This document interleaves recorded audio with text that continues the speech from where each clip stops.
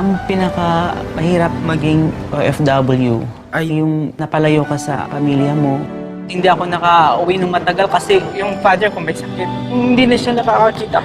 Yung perang ibabakasyon ko, Papadala ko na lang sa kanila para panggamot nila. Pag winter ay ang hirap. Kahit masama ang pakiramdam mo, pipilitin mong bumangon. Hindi ako basta makauwi kahit gustong-gusto ko. Meron po akong binabayarang bahay buwan-buwan at ang aking mga anak, sa aking lahat sila umaasa. Malungkot kasi ako lang mag-isa. Hindi ko nakita ang bunso ko na iniwang ko 1 taon lang siya.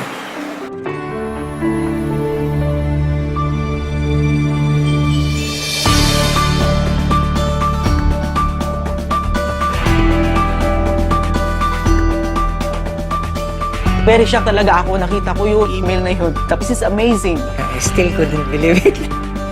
Ay, hindi ako magkaintindihan kung ano gagawin ko. Makikita ko ng pamilya ko.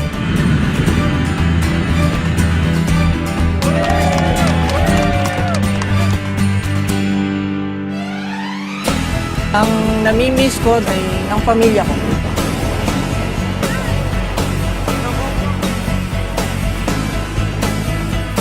Yung pinaka-miss ko sa Pilipinas ay yung pag-celebrate natin ng Pasko. Sobrang saya ko. Hindi ko may paliwanag. Pilipinas na ako. Turista na ako, parang hindi ko na alam ang surroundings ko. 2 hours na lang makikita ko na yung parents ko. Yayakapin ko agad sila. Ito ang sorpresa ko sa misis ko. Mumurahin lang yung wedding ring namin noon. So, wala kayong kamalay-malay mga anak ko. Nandito na ako. Lapit na.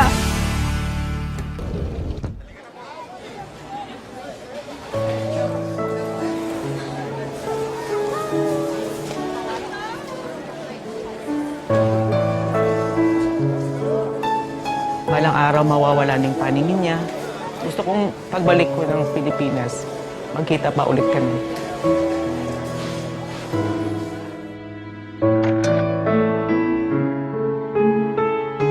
Gusto ko lumaya ka pa aking mga anak at apo. Hinahanap-hanap nila yung aming bonding. Ngayon na nandito ako, dodoblihin ko yon.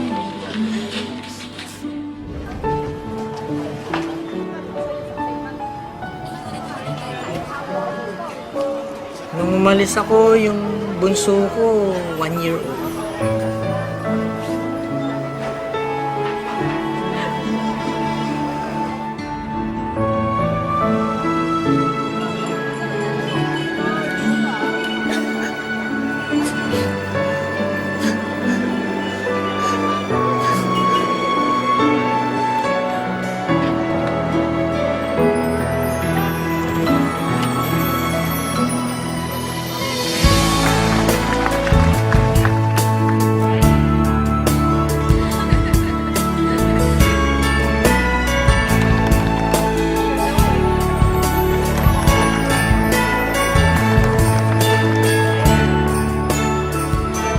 The highlight is being with them. It's no longer a dream na. It made Christmas meaningful. At last nabuo kami. Masayang-masaya ako. This is a perfect gift for Christmas talaga. I'm Joey Doble. Ako si Leonie Villanueva. Ako si Jo Marie Balion. Ito yung happiest moment in my life.